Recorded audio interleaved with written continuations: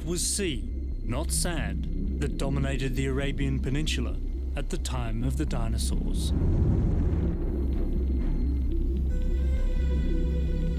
If you could have been there, and if you'd watched closely, you would have witnessed the secret to how our modern 21st century was born. Keen-eyed predators were on the lookout for food, and there was plenty of it about. The mid-Jurassic Ocean was alive with microscopic plankton.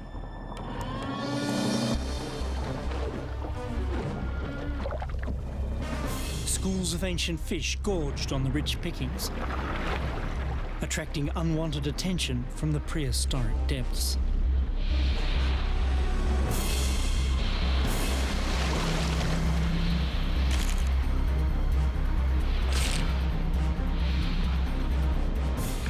But it's not who's doing the eating that's important here.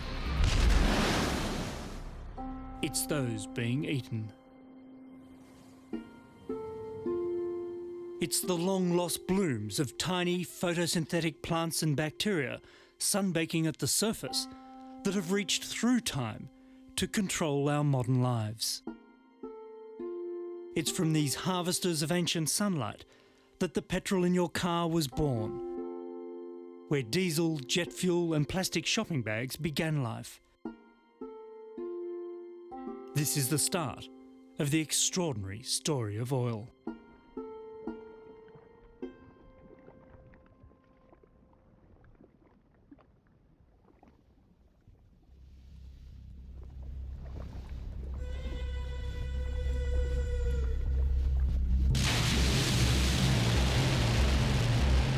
It was just so convenient.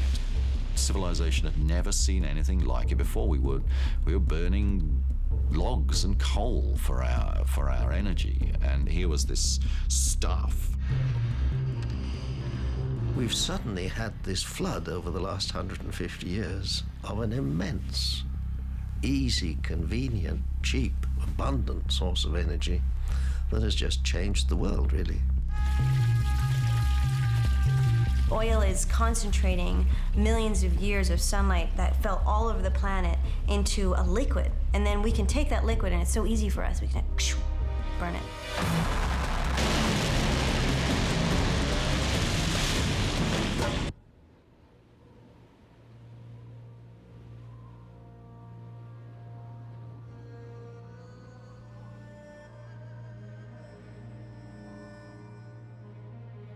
Stone, bronze, iron.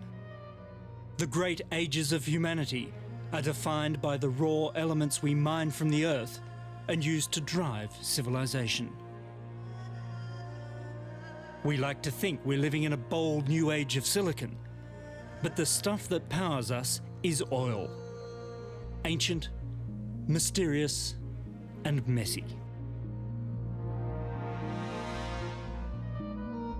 There are now 6.5 billion of us on the planet, pretty much all relying on oil in some way every day, myself included.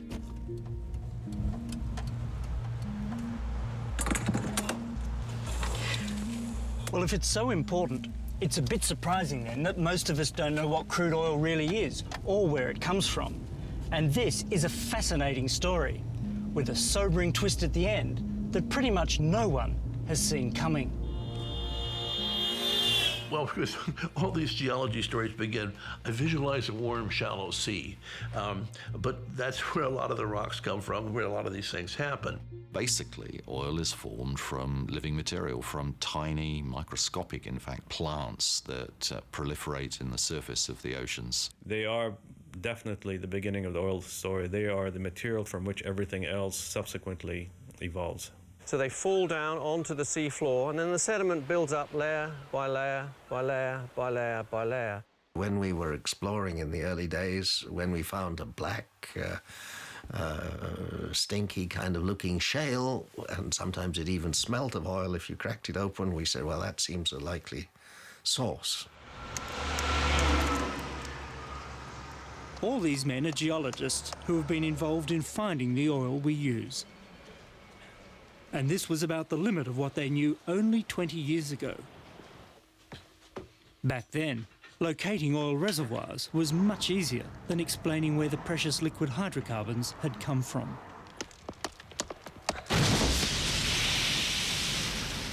Now, a deeper understanding is emerging. To find out what separates a supervention algae from a barrel of crude, we need to negotiate an unlikely sequence of improbable events, stretching across a gulf of unimaginably deep time. But like every good epic, this one has a central character. It's incredibly ancient, impossibly small, and we're all full of it. It's carbon.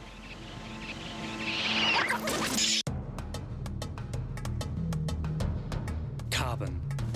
Our bones and bodies would not exist without it. Nor would plants or microbes, or the incredible carbon chemistry that links us all together. Carbon is the stuff of life on Earth. And it is old. Carbon was forged in the nuclear furnaces of long-dead stars before our solar system was even a wink in the celestial eye. This means every atom now on Earth has been on a restless adventure since the dawn of time. And that as far as carbon is concerned, every life form on the planet, us included, is 100% recycled and recyclable.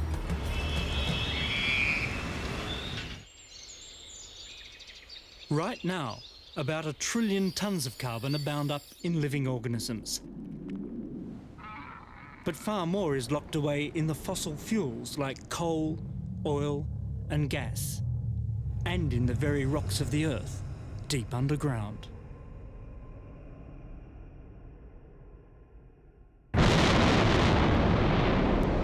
Of course, the carbon in you and I, and the air we breathe, is older than the Earth itself. But we can start this story of carbon, the Crude story, in the fiery mouth of an active volcano much like this one, on a very different looking planet, a long, long time ago.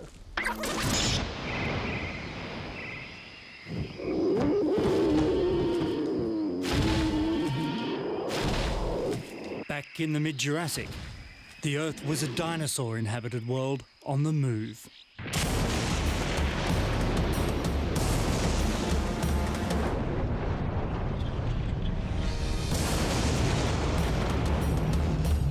The continents, once joined together, were now breaking up. And the sustained volcanism pumped massive amounts of carbon into the atmosphere.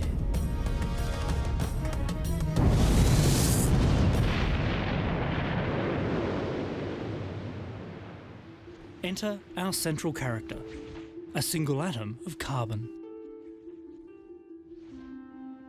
It's been pumped out as a carbon dioxide molecule, joined at the hip to 2 oxygen atoms. It may be just one in a swarm of countless zillions, but it's as good a guide as any to take us through this oily adventure.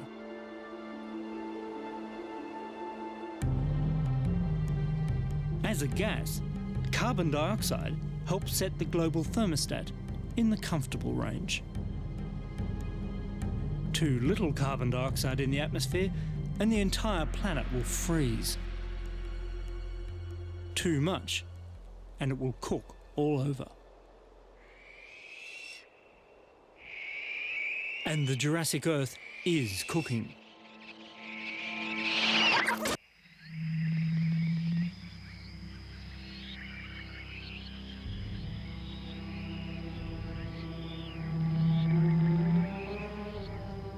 Hugh Jenkins is an Oxford University geologist.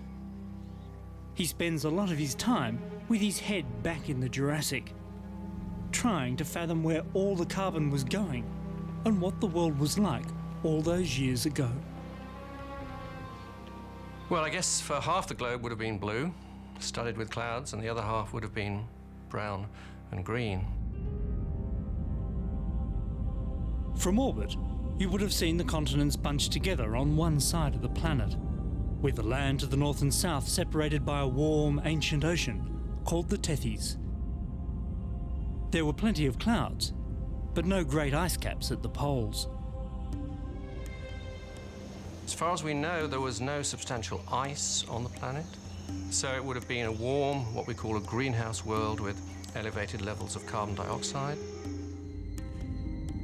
Imagine, if you will, a sort of gigantic Bahamas extending right over large tracts of what we call today the Middle East.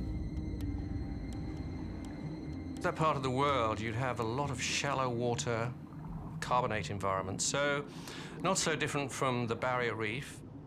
Obviously, there are the marine reptiles, and there are the land-loving reptiles as well.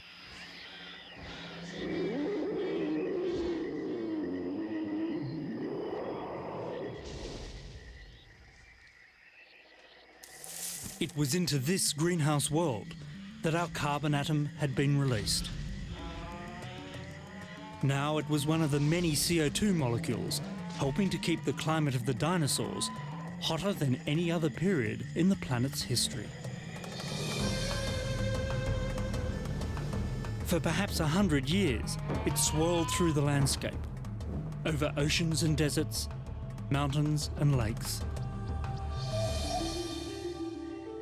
Eventually, it drifted into a primeval Jurassic forest. It spent a season inside the leaf of a ginkgo tree, and another 50 years in the body of the dinosaur that ate it.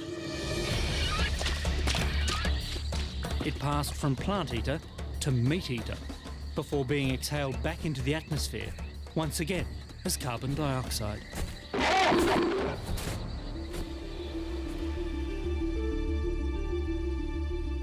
Our molecule drifts on, and finally is swept out over the ancient Tethys Ocean.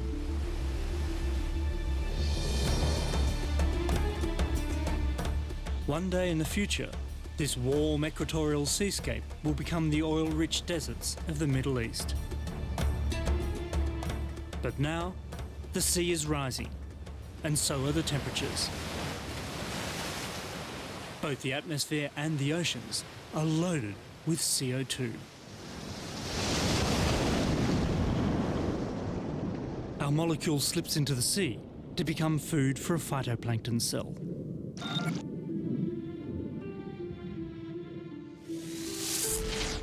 Trillions of these tiny plants swarm near the surface, all soaking up the sun and sucking in CO2.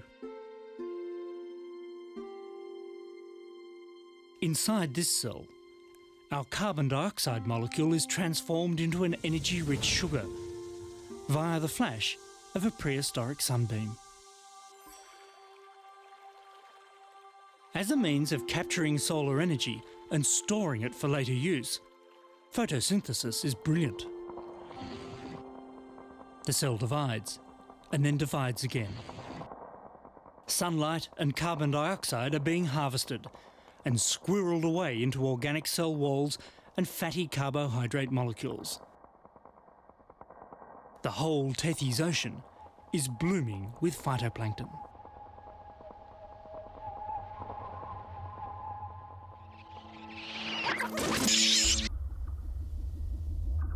Jump forwards to our modern world. The individual algal cells in a phytoplankton bloom may be microscopic, but en masse, you can see them from space.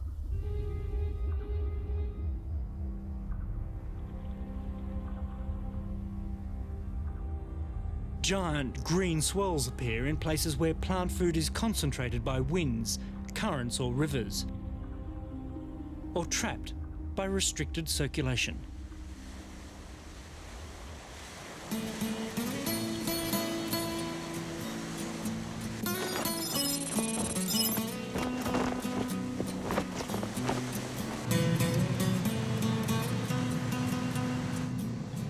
If you go to one of these places, you can glimpse the beginnings of the process that formed oil in the past, happening in the ocean today.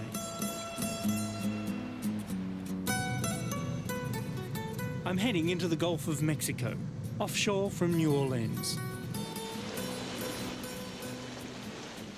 The waters here have a bit of a nutrient problem, courtesy of the Mississippi River.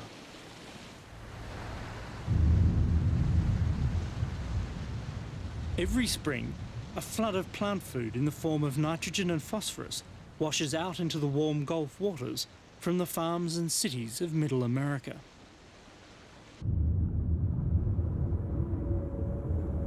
Warmth, sunshine and fertiliser.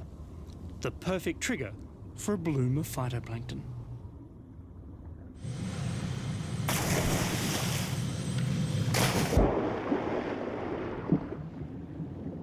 Once a month, a research team monitors the changing water conditions. I follow them into the pea green soup.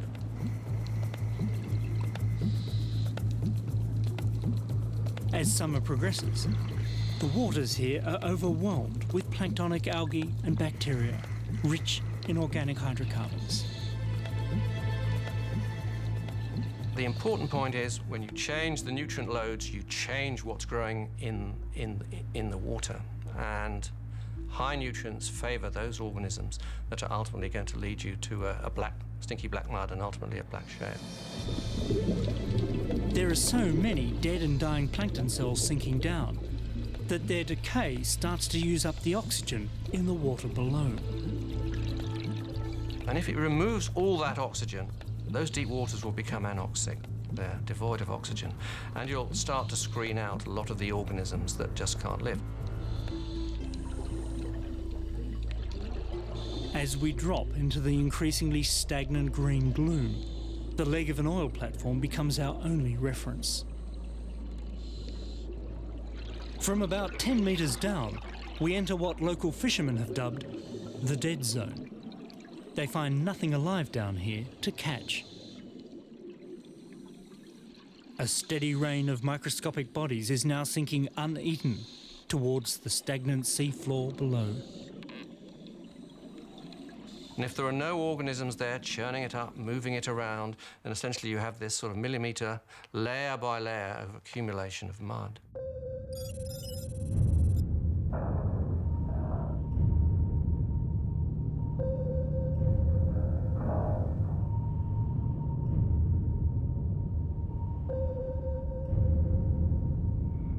"300 metres below perhaps the most fertile region of the ocean today, the water is anoxic, totally devoid of oxygen.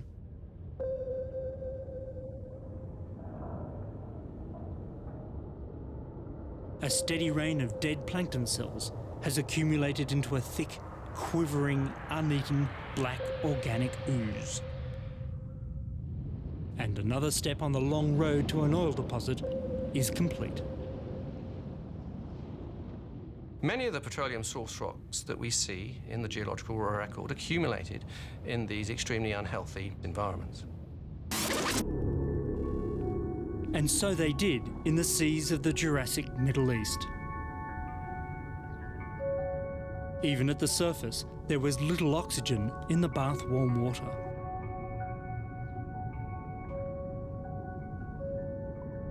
Below lay a dead zone that stretched at least as far as Western Europe.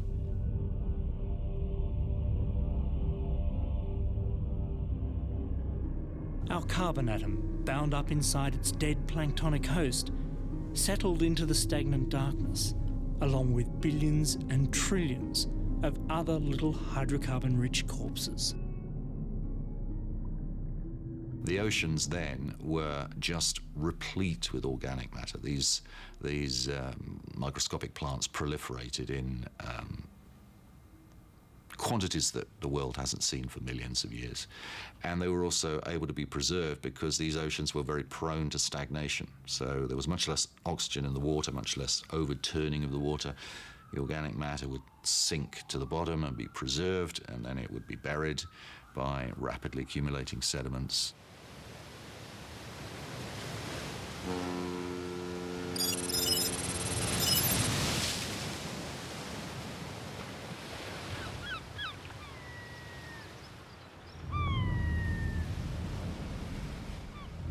This is what such a plankton graveyard looks like today. Mountains of black rock.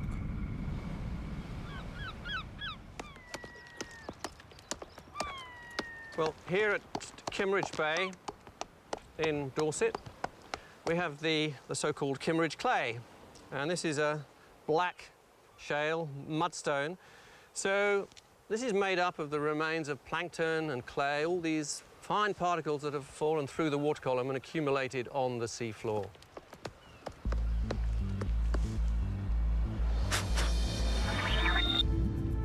If you look at these sediments in detail, you often find they're finely laminated. So there've been no animals churning them up, mixing them. The layers are just as they were when they were deposited during the late Jurassic. These fine black shales have made southern England's Jurassic coast famous for the exquisite preservation of large animal fossils. But most people don't realise the shale extends deep under the country to the north and underpins the UK's bottom line as well.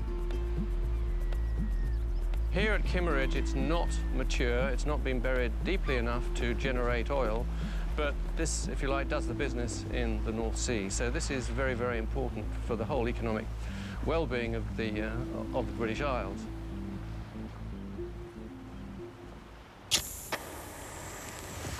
If you harboured any doubts that oil really does come from rock, you could always try this quick test. This is a bit of immature oil source rock, the Kimmeridge clay, and this is a small flame. Put the two together, and in a few moments, the rock starts to splutter and burn. It's not a raging inferno, but that smell from the blue smoke is unmistakable. It's astonishing to think that what's burning here is fossilised Jurassic sunlight. But as a lump of rock, it's not much use for filling up your petrol tank. To drive out the oil, it needs to be cooked slowly in the moderate oven of the Earth's oil kitchen. And to enter the kitchen, the rock needs to be buried deep underground. When it gets to a certain depth of burial, some thousands of feet below the surface, it's physically cooked by the pressures and the temperatures you get there, and the organic carbon cracks and goes from this original material to light sweet crude, as oil people tend to call it. The temperature is critical. Bury the shale too far down, and it is overcooked into natural gas. Too shallow, and you end up with a half-baked greasy oil shale. Deep below Saudi Arabia, the conditions were just right, like a hot pot of tea for millions of years. Light, sweet crude containing our carbon atom began to flow like warm honey from the buried source rock. Of course, the Earth did not stay still while all this happened. The continents continued to break up and move. Mountain ranges rose and fell. Seas evaporated and returned. The face of the Earth changed completely. Around 15 million years ago, the Tethys Ocean finally closed up, as Arabia collided ever so gently with Eurasia.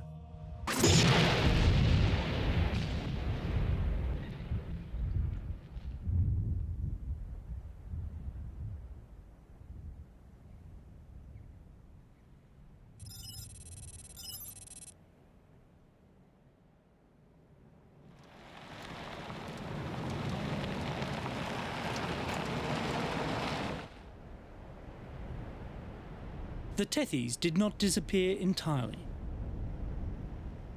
Much of it simply folded and crumpled.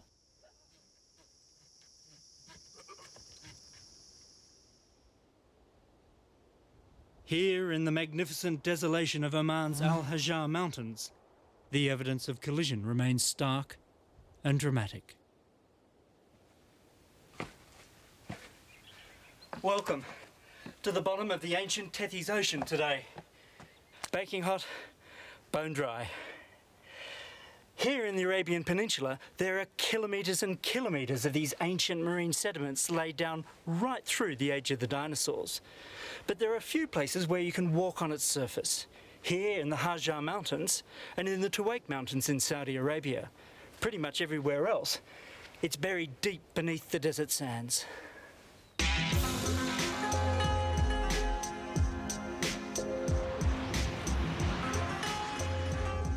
Three times during the reign of the dinosaurs, once in the Jurassic and twice later in the Cretaceous, thick black shales were laid down in the Middle East. So much that 2/3 of the world's oil comes from organic sediments buried here alone. In Saudi Arabia and Kuwait and the 5 main Middle Eastern states, there were really singular conditions. You had a number of things that absolutely are required for giant oil fields. Really rich source rocks from which the carbon can be cooked at the right temperatures and pressures underground. Really excellent reservoir rocks where the oil can migrate through the microscopic pores and be trapped in these reservoirs. Really good so-called cap rocks. These are the impervious rocks over the reservoir rock that actually locks the oil in place. Did you see the white color here? Yes. And finally, really gentle structures, folded structures, anticlines, geologists call them, in which the oil could sit. Most people don't realize this. They think you can find oil anywhere. The vast majority of the planet is actually devoid of oil because these special conditions are not met.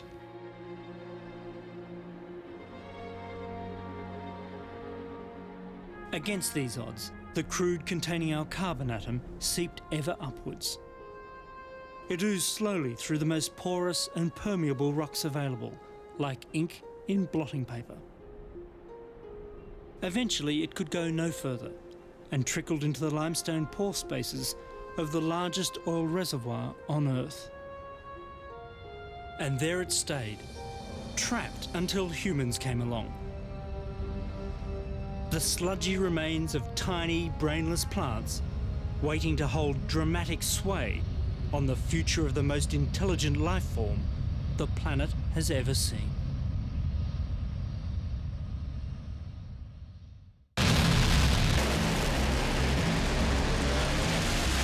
I love oil. I think it's one of the most important elements, materials in modern society and civilization. 95% of the goods in shops are there in some degree because of oil or contain oil or are derived from oil. When do we first start running out of oil? Well, in fact, we started when we produced the first gallon. If you try to imagine living without cars or airplanes or air conditioning or any kind of product made from oil, you just can't possibly conceive of it. We've allowed ourselves to become completely addicted to this stuff. I mean, it underpins virtually everything in society. We're using it up in, the blink of an eye. In the blink of an eye, we've used up nearly half of, that's incredible to me, how fast we've done it and how long it took to make this stuff.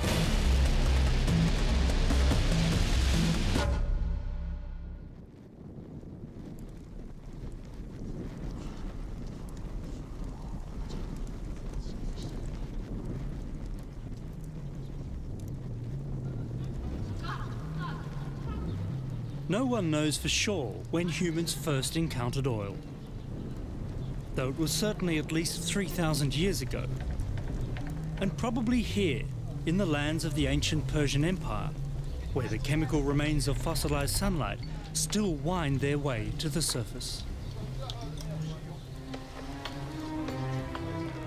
Of course, it's not only oil that can escape from the ground.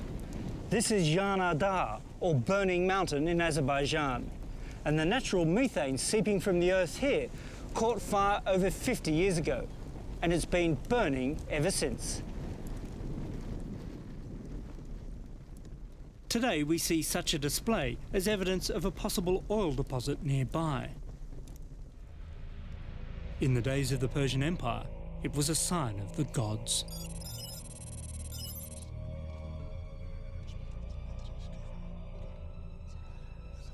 The Zoroastrian religion, like its eternal flames, survives to this day. Fire temples were built around natural vents like this one near Baku. Worshippers heard the hisses of the natural gas as the talk of spirits, and saw the constant flames as the divine manifestation of truth. It seems wherever oil was encountered, people found a use for it. It had a value as pitch. They would heat it, melt it, and then coat their boats with it. They would throw it into water and see whatever shape it took would tell them something about the future. The Chinese had a complete industry long before Christ. They had pipelines made out of bamboo, and they had junks that carried oil. The Greeks would mix it with sulfur and put it in a clay pot, light it on fire, and it's essentially a bomb, an oil bomb. They'd dump it overboard and set fire to it and burn the enemy ships. In the Middle Ages, they discovered that they could use oil to make flamethrowers out of it. By the 1800s, one enterprising American was even flogging it off to drink as the ultimate cure-all tonic. But in the end, it was a shortage of sperm whales that finally kick-started the oil age.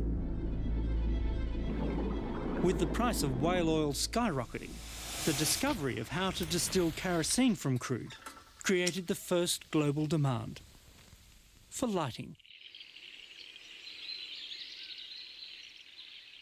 From Baku to the backwoods of Pennsylvania, there was money to be made pulling oil from the ground quickly and cheaply.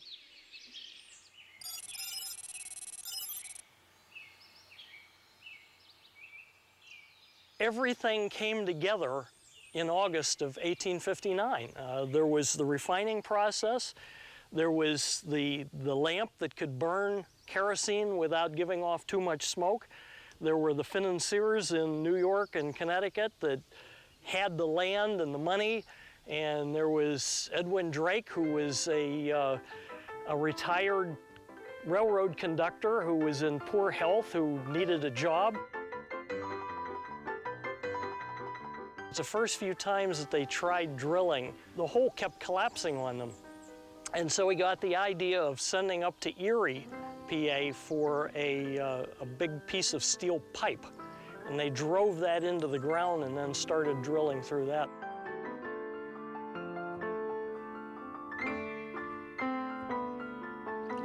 At 69.5 feet, they struck black gold. Crude oil began to surge up the pipe.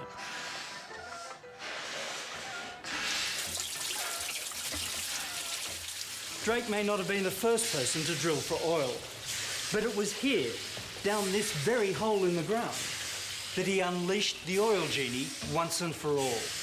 And it's no exaggeration to say that what happened next in this quiet green valley in Pennsylvania changed the world forever.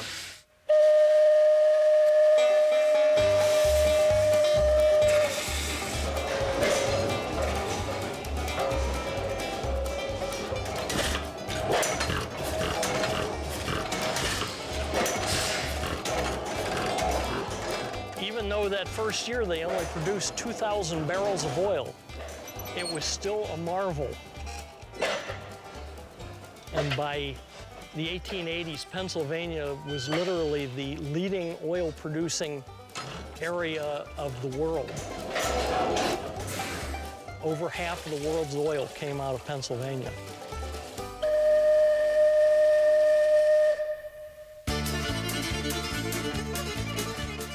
The oil genie was now fully out of the bottle and into the barrel. People had rigs everywhere, thousands of rigs, as far as you can see, because it was just, everyone was just hoping for the jackpot.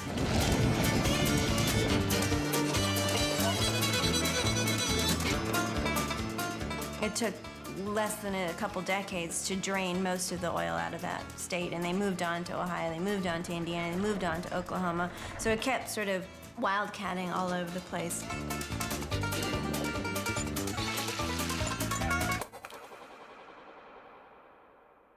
When Thomas Edison switched on his electric light bulb in 1879, he simultaneously switched off the demand for kerosene.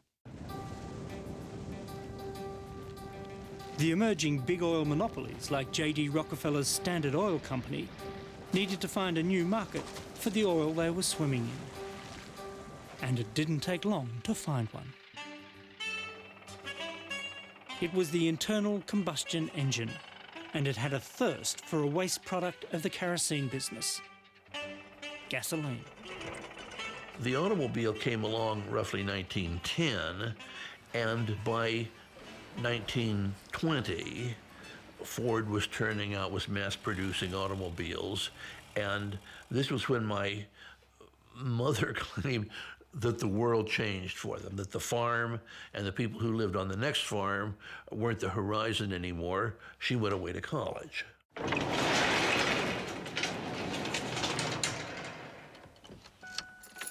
Ex-showman Ken DeFaze was a direct witness to the unfolding revolution. Well, I was born right in the middle of the Oklahoma City oil field, and my father was a first-generation petroleum engineer. If I was a good boy, I got to go to the field with Daddy on weekends, and he could explain about the pipe and the derrick and the mud. And when I took petroleum engineering at the Colorado School of Mines, the professor opened by stating, "We date the birth of petroleum engineering from the invention of the bottom hole pressure gauge." I about fell out of my chair because my father and 3 other guys cranked the first one by hand into a well in Oklahoma City in 1927.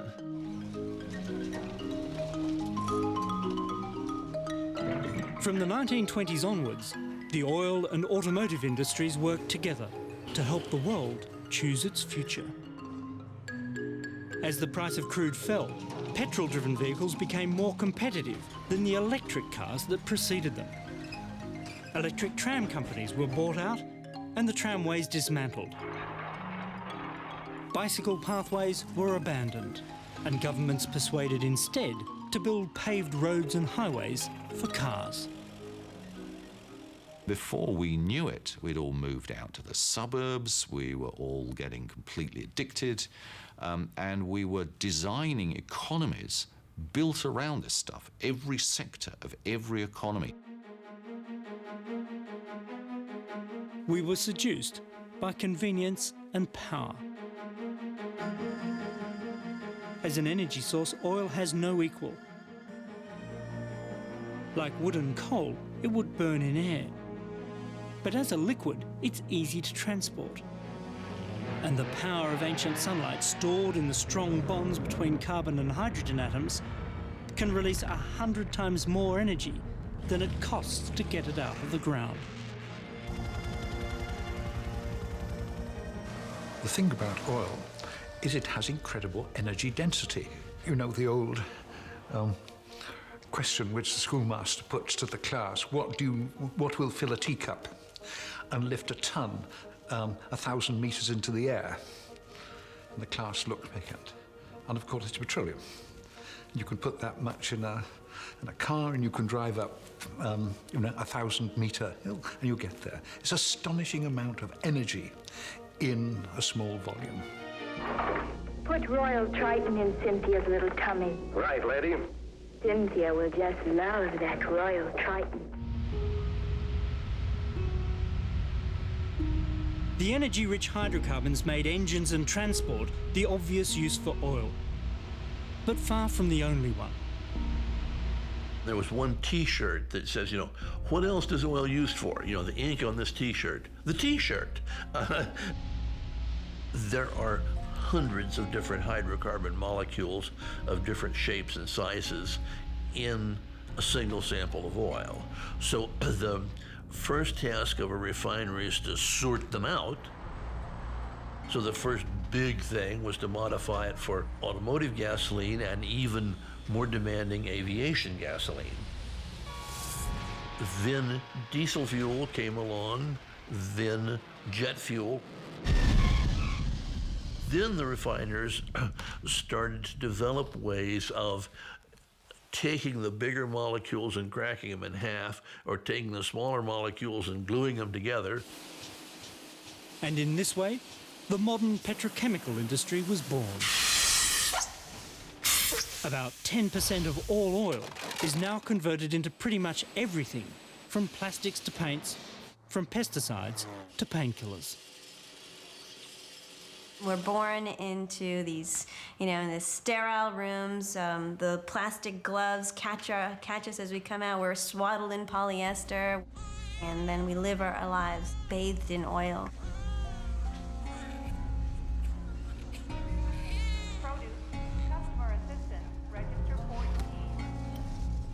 Sonia Shah is a journalist, not a geologist. It was while researching a book on crude that she came to realise how deeply oil has seeped into our modern lives. Some drip of oil has entered into almost everything we do. What's happened a lot of times now is even simple foods have become more and more complicated because people need things to be convenient. The so-called value added, which means a lot of petrochemicals and petroleum products. These vegetables, I would suspect, are all grown quite far away from where we are right now. So they've been sitting on refrigerated trucks for several days, burning diesel, on our asphalt roads. And the whole thing's wrapped in, in a hard plastic. This is a natural food that has oil added to it. The average American uses about 3 gallons of oil every day. And that's probably a gallon for travel, a gallon on their products, and a gallon in their food.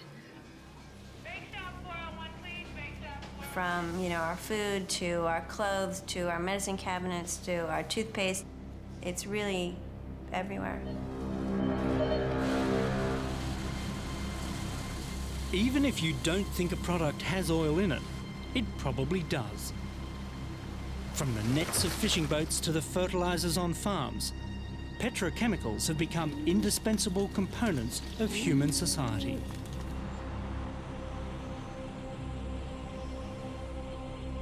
And oil, the fuel of choice to move everything around.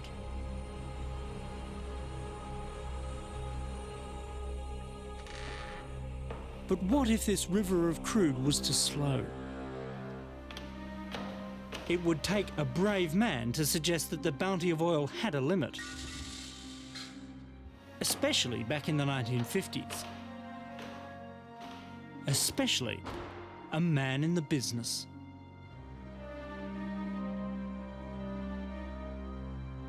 Marion King Hubbard was a geologist of fearsome intellect and strong reputation. He worked at the Shell Research Labs with Ken DeFaze.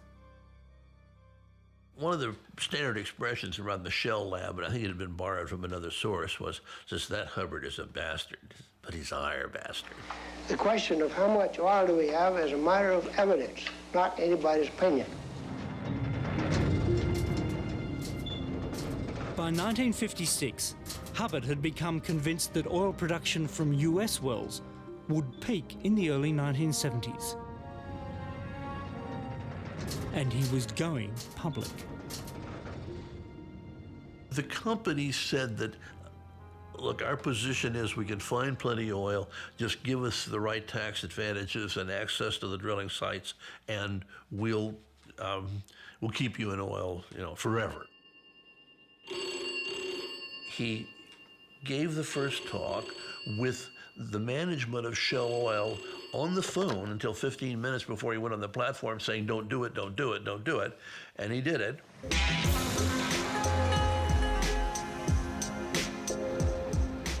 Shell's management needn't have been so concerned. Few people paid Hubbard's predictions any attention. And why would they? A bottomless barrel of oil had now been found under the shifting sands of the Middle East.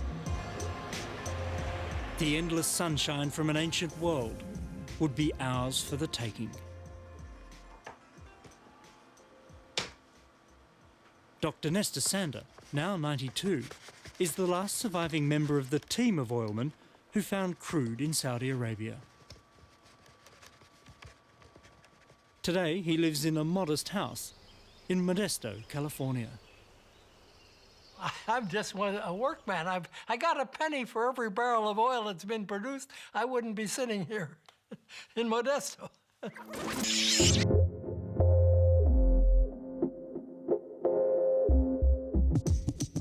I started out way back in 1938.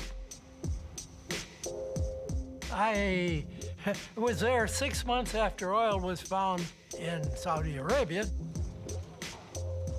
Back in 1938, after 4 years of dry holes, a shallow test well had shown oil was present in Saudi Arabia. Nestor's team was brought in to find out just how much and where. I started out as a junior micropaleontologist whose job was to locate the traps where oil might accumulate.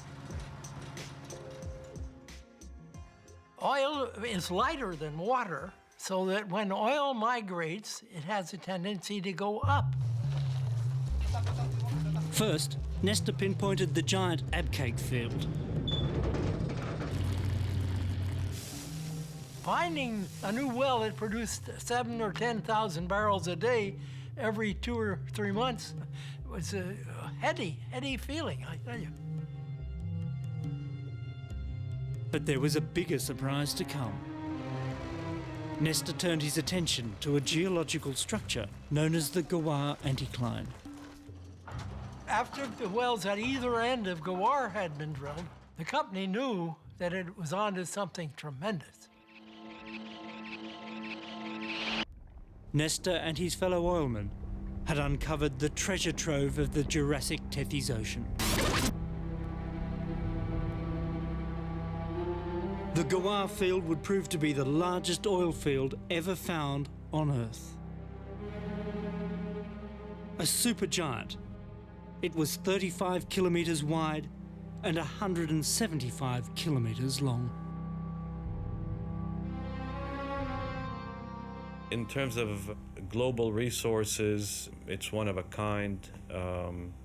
I would say the North Sea, for example, would be 1/10 of Gawar by itself, the entire North Sea.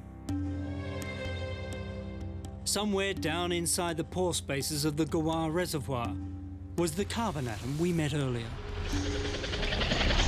It had now waited over 160 million years to see the light of day. Just a few more, and it would be free again.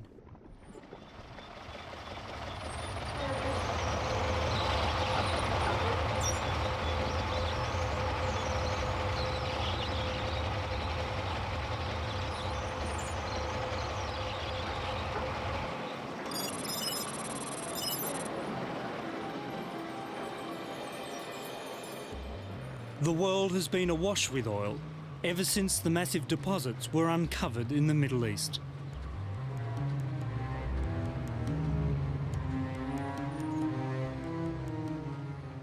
Everyone wanted a slice of the action. The Soviet Union moved into the Caspian Sea deposits near Baku in a big way, pumping dry one well after another.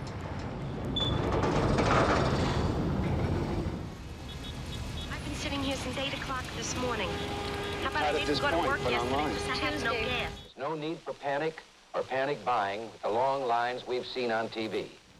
There was a little pandemonium at the pump during the oil crises of the 1970s, but it didn't slake the planet's thirst for oil, growing steadily at about 2% per year. Stop the line, you're going to have to go around the corner. The line starts at the next street. And shut out of the Middle East by OPEC, the big Western oil companies simply turned up the heat elsewhere. Rigs began pumping oil from technically challenging areas such as the North Sea, the Gulf of Mexico, and beneath the Alaskan permafrost. There were concerns, of course, about air pollution and oil spills, but the world was yet to start worrying about global warming and the end of oil. Once the oil from those fields started coming online, we kind of forgot about all that other stuff, because now the oil fell to cheaper than a bottle of water.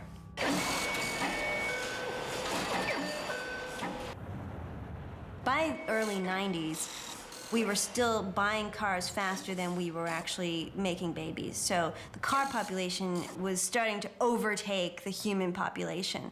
But it kept going on anyway, because there's a whole romance of the car, which had been built up through the 50s. This was always going to be a love affair on borrowed time. Just as Hubbard predicted, the United States oil reserves had peaked in 1970. It was that peak in 1970 that turned Hubbard into a folk hero. I came home and told my family, uh-oh, old Hubbard was right. We got no unused production capacity in the U.S. anymore.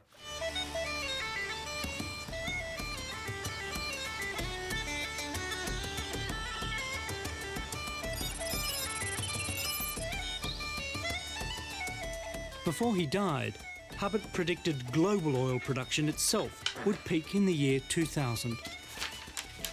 Plenty of industry insiders now think he was pretty close to getting it right.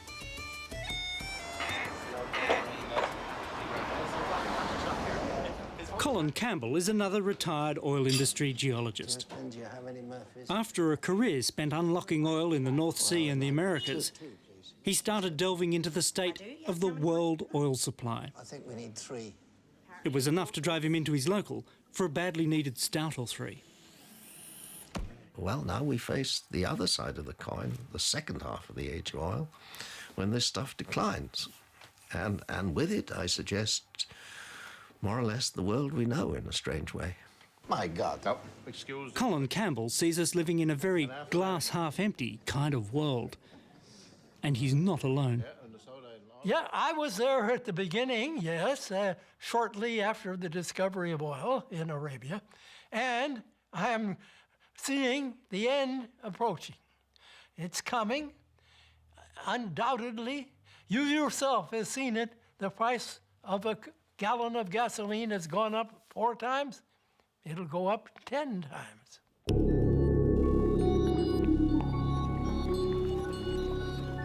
Right from the beginning, the oil story has always been full of big numbers, but never more so than now. Imagine for a moment a gigantic building full of oil. It's enormous, 1 kilometre on each side. Now look up. It towers a staggering 4.5 kilometres into the air. It's a tank of oil that would dwarf any city in the world. This is the volume of oil we burned in a single year in 2004. 4.5 cubic kilometres of the stuff. Each year we guzzle another building like this, and each one climbs another 10 stories higher. Every day now, over 84 million barrels of oil are transported and burnt. We go from 84 million barrels a day now to 110, 120 in 15 or 20 years' time. That's what everybody's assuming, all governments and all companies, all markets, but a growing body of us ex-geologists and current geologists who work in and around the oil industry who study this problem think it can't be done, that in actual fact the peak of production is really close. I believe it's 2008, plus or minus 2 years. It could have been as early as mid-November and as late as January 6, 2006. But my line is, it's past, it's gone. My career as a prophet is over. I'm now a historian looking back at the peak. My numbers actually say last year, but it could be this year. And if you consider all categories of oil, including the tar sands and the deep water and so on, I think 210 would be a good estimate. But really, it isn't this peak has no great significance. It is the perception and the vision of the long decline that comes into sight on the other side of peak. That's really what matters. We're dependent all of a sudden on rapidly shrinking supplies of ever more generally expensive oil. And that is the shock that's going to come to economies and the shock that will force us to go to the alternatives as quickly as we can. The most optimistic market and industry voices still see the peak far off in the future, if at all. They point to growth coming from new technologies, unconventional deposits such as the tar sands in Canada, and new discoveries. But there are few corners of the world left to look in. In the US, the steel legs of thousands of rigs have marched right across the Gulf of Mexico. They've moved so far offshore, they're now out of their depth. Semi-submersible rigs are drilling in over 2,000 metres of water. This comes as a big surprise to people who don't know the issue. With all its resources and its money and its incredible kit, the year that the oil industry discovered the most oil in one year that it ever will was way back in 1965, and it's been kind of downhill ever since.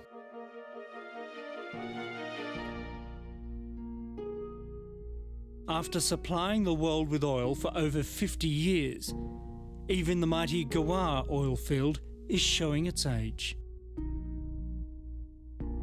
It still pumps half of all Saudi Arabia's massive output, but its own reserves have dropped by nearly 50%.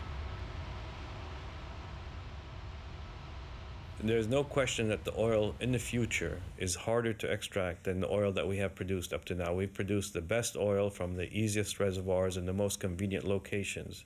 We've produced over 1 trillion barrels of oil already. And at the end of the day, we have to ask, have we been producing it wisely or using it wisely in any case? And maybe we should be more efficient.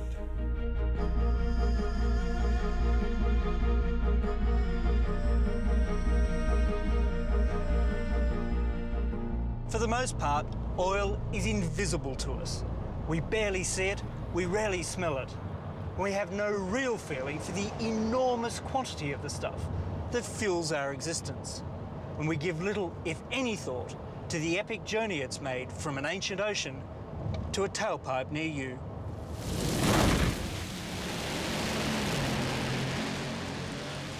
Perhaps it was me. Perhaps it was you. But somebody, somewhere, has just released our carbon atom back into the atmosphere. And it could well have been the halfway atom, the one that marks the peak of production. Though that may prove to be the least of our problems. Now the crude story comes full circle, with our molecule back to its old tricks, playing around with the climate. The oil genie has granted us our wishes. Immense power, untold wealth, and a hoard of treasures. But now it seems we must pay the price. Hidden in the black magic of an oil reservoir is a climate demon from the distant past. And we unleash it at our peril.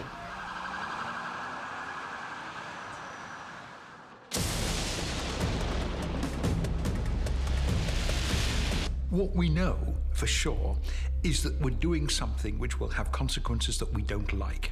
How bad those consequences will be, we can't quite tell. Once you extract the oil and you start burning the oil, obviously you're displacing the equilibrium and you're pushing carbon dioxide back into the atmosphere, which we've been doing since the Industrial Revolution, I suppose, and forcing the Earth towards a new greenhouse future. We would go back to a world that is weirdly going to be quite similar to the world in which the oil formed in terms of temperature, state of the oceans, and so forth. So there is a certain irony in this whole story.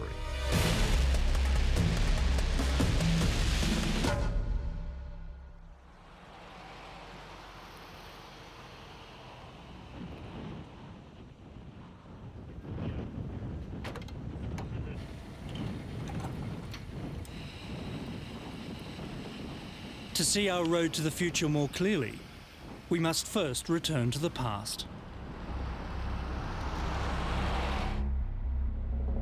We're heading back to the Jurassic, back to the steamy world of the dinosaurs, back to when the sand was sea.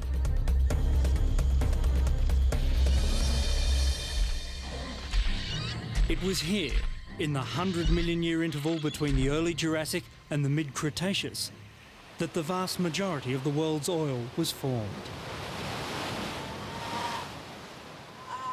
But what was so special about this time?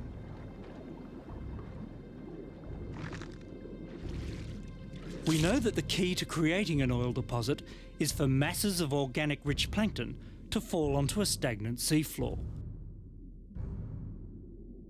This is how you end up with the stinky black mud that becomes the petroleum source rock.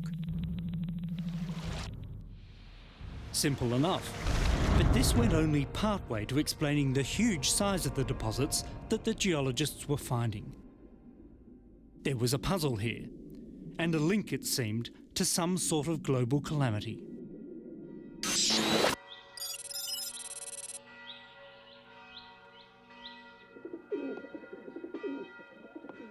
The first clue lay hidden in the Apennine Hills of central Italy. From the days of the very first dinosaur to the last, this whole rocky landscape was mud at the bottom of the sea. In the early 1890s, a wandering geologist noticed a discrete band of black organic rich shale, sandwiched between the otherwise normal limestone. This 1 metre of black shale was little more than a curiosity, and it might have remained just that were it not for one very important factor, and that is the discovery in the Pacific Ocean in the early 1970s of black shales just like this one, of identical age. So all at once, people began to realize that this was not a local phenomenon, but it was a global phenomenon. It was a revelation. Up until this point, geologists had explained oil source rocks only in terms of specific local conditions, say a particularly fertile stretch of coastline or a naturally stagnant patch of sea floor. But here was evidence of something much bigger going on. Something big enough to suck the oxygen from oceans right around the planet. It's now thought that the world's richest source rocks and the most prolific oil regions are largely the result of these episodes of near-global ocean stagnation, the so-called oceanic anoxic events. And there was another clue hidden in the rocks, the full implications of which are only now being teased out. Each oceanic anoxic event was linked to a super greenhouse world. Now we know that the whole of the Jurassic and the Cretaceous was a warm greenhouse period, but there seem to have been periods or intervals of unusual warmth within that background greenhouse, if you like, to which these events correspond in time.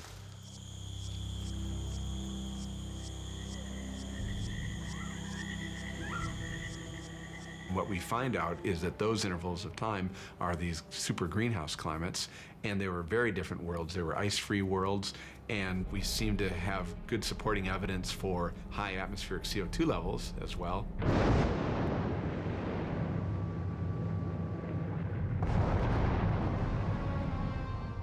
If you look at these times, these oceanic anoxic events, they seem to correlate with intervals of excess volcanism.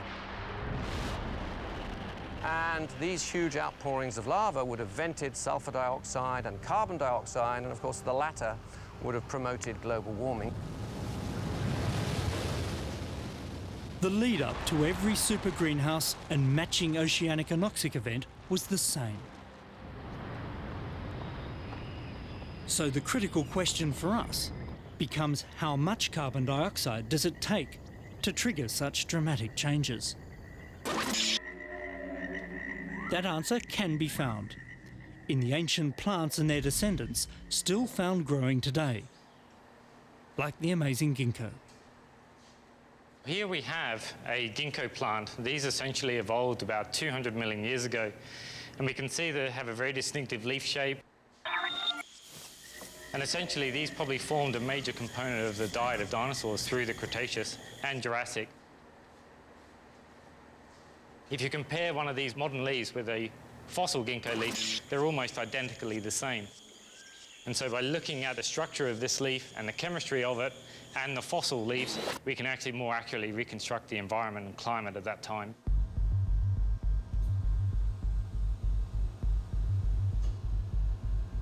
Living ginkgo plants can be grown under both modern and prehistoric conditions. Like all plants, they take in CO2 through microscopic pores in their leaves. The more carbon dioxide in the air, the fewer pores the leaves need. Thank you, Holly. You're welcome. Comparing pore numbers between living and fossil leaves gives a measure of how much CO2 was swirling through the ancient forests.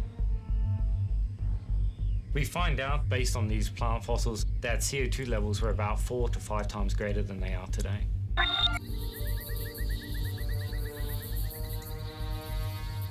Four or 5 times more CO2 than our pre-industrial levels gave you seas so warm you could swim at the South Pole. But don't think of the planet during a super greenhouse as one big tropical paradise. This was a world dangerously out of kilter. As temperatures go up, so does the rate of evaporation and the humidity. The obvious result was more rain, falling heavily in powerful tropical storms.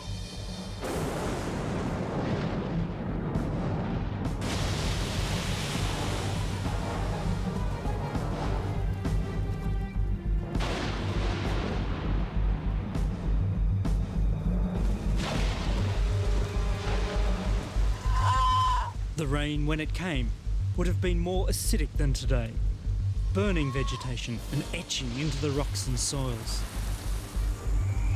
This probably explains the sudden flood of plant food into the ocean. So huge amount of warming, huge amount of evaporation, lots of clouds, lots of rainfall, swollen rivers wending their way down into the ocean, bringing sediment, but also bringing nutrients like nitrate and phosphate, the sort of things you'd pour on your pot plant to make it grow in a more sort of spectacular way. These also fertilize the oceans, and they encourage the plankton, and they encourage particular types of plankton, particularly organic wall plankton and bacteria that go to make up our black shales that become our potential petroleum source rocks.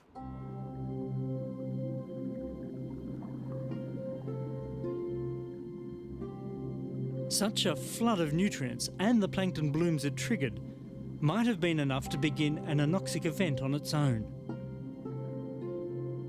But in a super greenhouse, the overheated oceans were already primed for stagnation. Today's well-ventilated oceans rely on the planet having ice at the poles. It's here that warm, salty water flowing up from the tropics cools down, takes on oxygen, and sinks back into the depths to begin the return journey. This is the engine that drives ocean circulation. The ocean mixes itself on the order of every 500 years or so, and it's that mixing process that brings oxygen into the deep sea. The warming that takes place as a result of the buildup of carbon dioxide is more dramatic at high latitudes.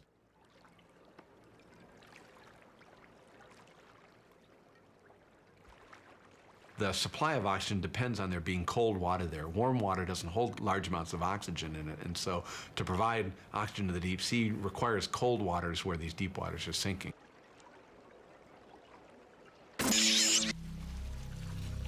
In the lead up to a super greenhouse, there was no cold water at the poles. With both faltering currents and over-fertilized surface waters, the stage was set to push large areas of the global ocean first into runaway anoxia, and then into something far more dangerous. Remove all the oxygen from the water, and deadly poisonous hydrogen sulfide will start to spread upwards from the stagnant depths. There's evidence that during these oceanic anoxic events, you actually had that happening within these broad super oceans. So the whole of the Pacific might have been euxenic, as we call it, devoid of oxygen and containing free hydrogen sulfide. So these very noxious environments spreading over huge areas of the globe.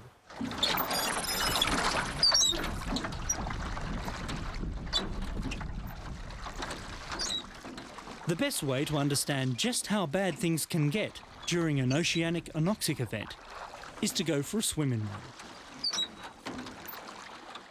And you can, on a small scale at least, in upstate New York. Lee Kump offered to take me for a dive into oil's poisonous prehistory. Green Lake's a fantastic place because it's a mesocosm of what anoxic oceans might have been like in the distant geological past.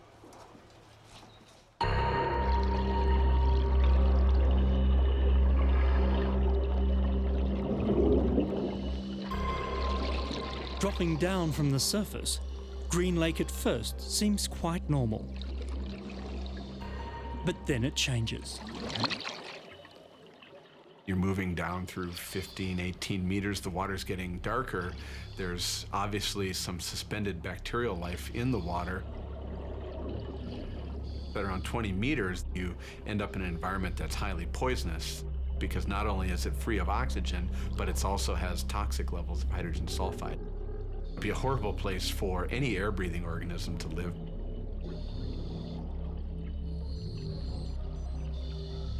If you have a bright enough light, you see that this murky greenish color suddenly transforms itself into this pink or reddish color.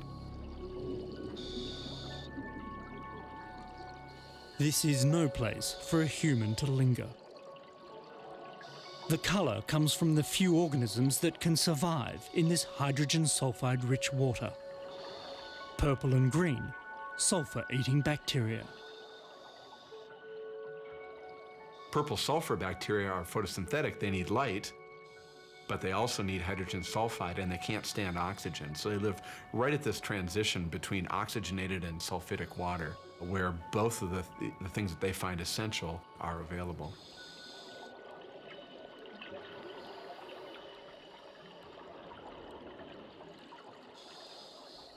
Beneath this thick band of bacteria, the lake turns pitch dark and deadly.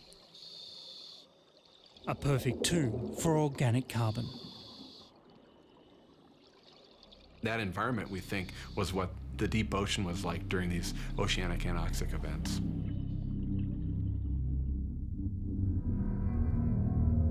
Scale Green Lake up to the size of the planet, and it's easy to see how broad swathes of the deep ocean became a giant plankton graveyard. A graveyard into which every dead or dying organism sank without decay.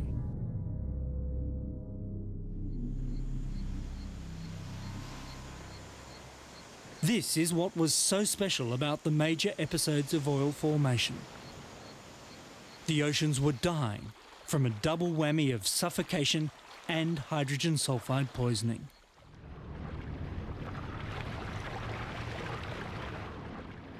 And for as long as sulfur bacteria thrived in the sunlight, many other life forms faced extinction. This was a world with the entire seafloor stagnant and littered with corpses. Whole coastlines stinking of rotten egg gas and death.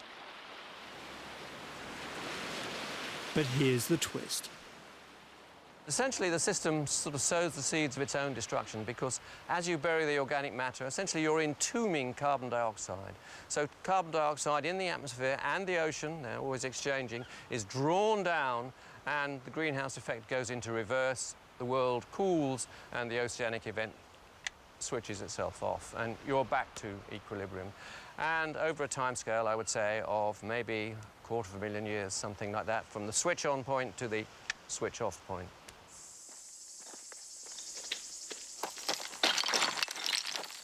So the whole thing comes into a beautiful full circle, and you can see this anoxic event as a way that the Earth reacts to removing the excess carbon dioxide that's vented into the atmosphere.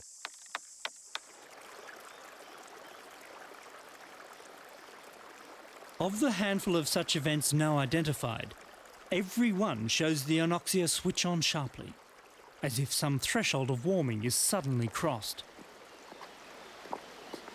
And equally suddenly, they switch off when enough carbon has been buried to cool the planet.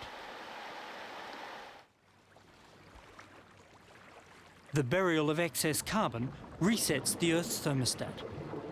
There is a sharp drop in sea temperature, a drop in sea level, and signs of ice reforming for a time at the poles. And the legacy for us? Another oil deposit entombing all the carbon that caused the problem in the first place. We find the oil, we burn the oil, we push carbon dioxide back into the atmosphere, and essentially we push the planet towards a greenhouse future.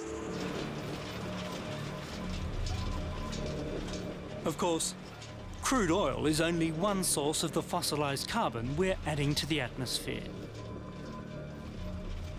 But it's crude that allows us to mine coal so easily, and crude source rocks that produce our natural gas. It's crude that has allowed us to clear forests and spread out over the surface of the Earth with such speed and in such numbers.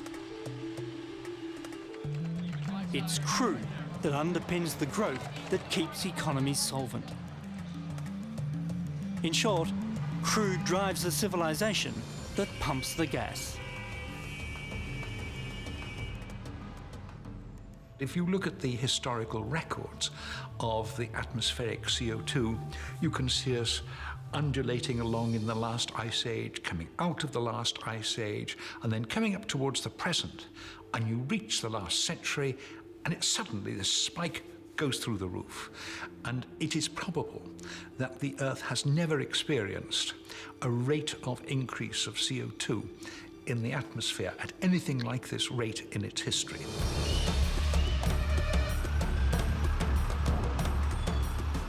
It's a rate that might be ushering in not just global warming, but the next super greenhouse. The evidence suggests that the overcooked worlds of the past were triggered by levels of CO2 about 4 times higher than those at the start of our industrial age. But while it took volcanoes thousands or even millions of years to achieve these levels, we're on track to reach them in 100. What we're doing is upping the ante by accelerating the rates of natural processes by 100,000, 10,000 times. So we're probably, to that extent, mimicking phenomena that have happened in nature, but at this incredibly accelerated timescale.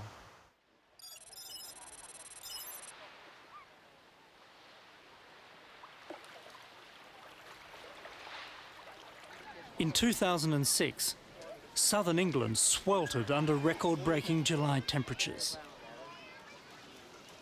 It might have been the first flush of a Jurassic climate returning to the Jurassic coast. Meanwhile, carbon dioxide levels continue to rise, heading for twice pre-industrial levels by the middle of the century. Around the world, the signs of change are making themselves apparent.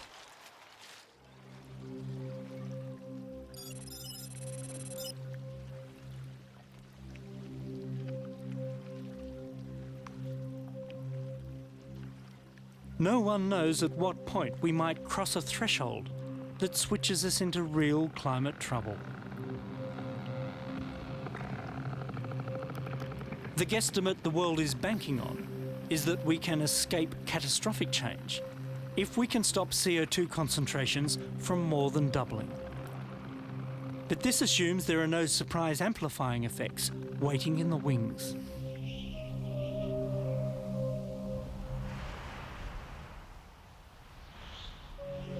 and it's clear from warming signals in the Arctic, change can be unexpectedly rapid.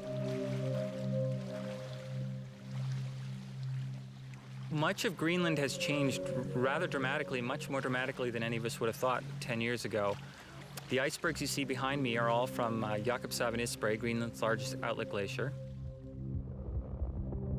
In about 2000, the glacier began speeding up and is now flowing at about twice the rate it was in the mid-90s, which means it's now putting out something like 50 to 60 cubic kilometers of ice a year, which is going to have an obvious impact on sea level rise.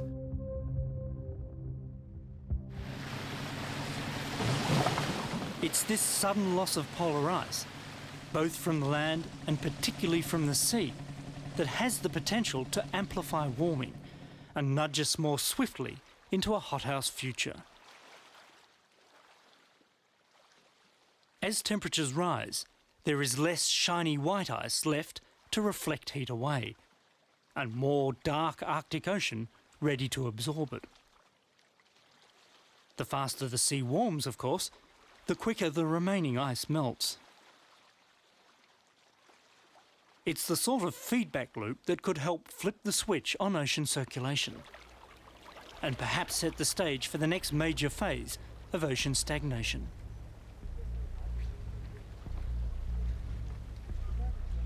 Already, scientists report signs that the Gulf Stream has begun to weaken, and in late 2004, part of the current actually shut down for 10 days.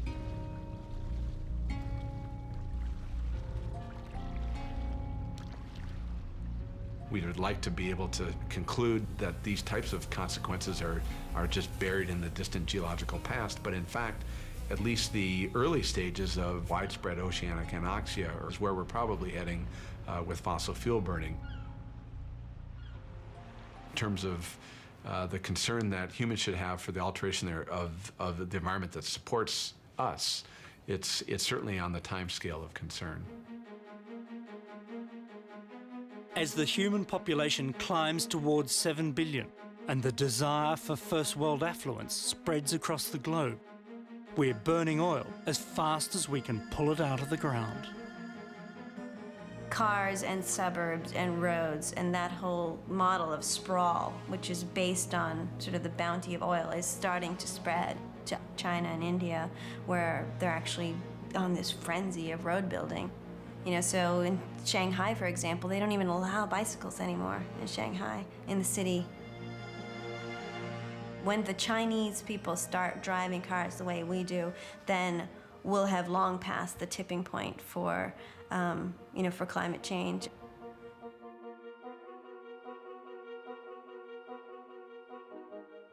The thirst for crude is pushing civilization simultaneously towards two perilous futures. In one, the flood of cheap energy we've taken for granted will dry up faster than we can adapt. In the other, our headlong rush to use the last of the resource could plunge us into an unpredictable climate catastrophe. On the face of it, you might expect that running out of this stuff will at least save us from the climate threat. The latest work of the climate scientists on this subject, the Intergovernmental Panel on Climate Change, says that we can afford, I use that word in inverted commas, if you make certain assumptions about the amplifying factors, the feedbacks in the system, we can afford to put into the atmosphere another 400 billion tons of carbon. Well, you just look at what's left in fossil fuel reserves below ground. You've got 700 plus in oil alone, if you count the regular oil, and just a bit of the easily accessible unconventional oil like the Athabasca tar sands. Then you've got 500 billion in gas and coal. Forget it. It's 3,500 billion and counting. So we can cook our planet many times over if those assumptions are right. Jeremy Leggett spent much of his early oil industry career at the prestigious Royal School of Mines in London, training others in the fine art of finding oil. The threat posed by climate change prompted him to switch camps. First to Greenpeace, and more recently to lead a UK company providing solar alternatives. My abiding fear is that I'll live through what remains of my vocational life in an exciting, fast-growing company while the world is going to hell in a bucket because of the stupid addiction to oil that we've had all these years and the effect it will ultimately have on our economies after the peak of production and the collapse in supply. Plus, of course, the unfolding effects of global warming, which just get worse by the month.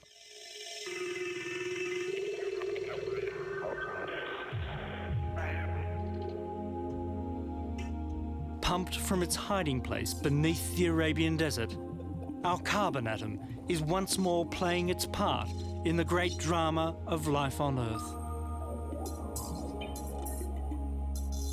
Meanwhile, the second half of the Earth's endowment of crude lies underground, waiting for the human race to suck it up.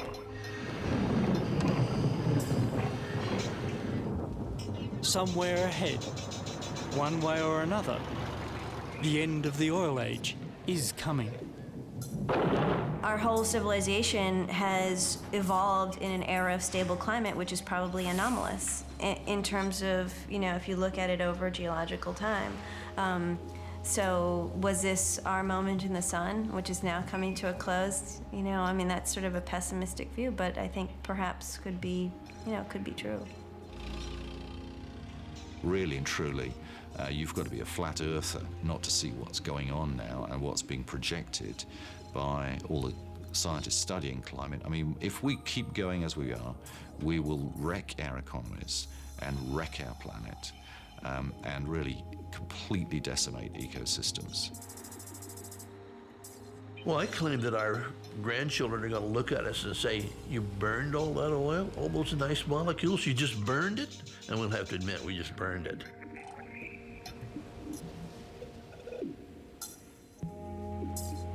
Oil is a precious thing. Fossilized sunlight captured by tiny, brainless organisms that lived for a mere instant in geological time. Yet every year, we burn more and more of what we have less and less of. Are we mining the aftermath of past climate catastrophes simply to engineer our own? It would be ironic indeed if the end of our oil age becomes the start of the Earth's next great phase of oil formation. One thing is clear, love it or loathe it, we've all become part of oil's extraordinary story.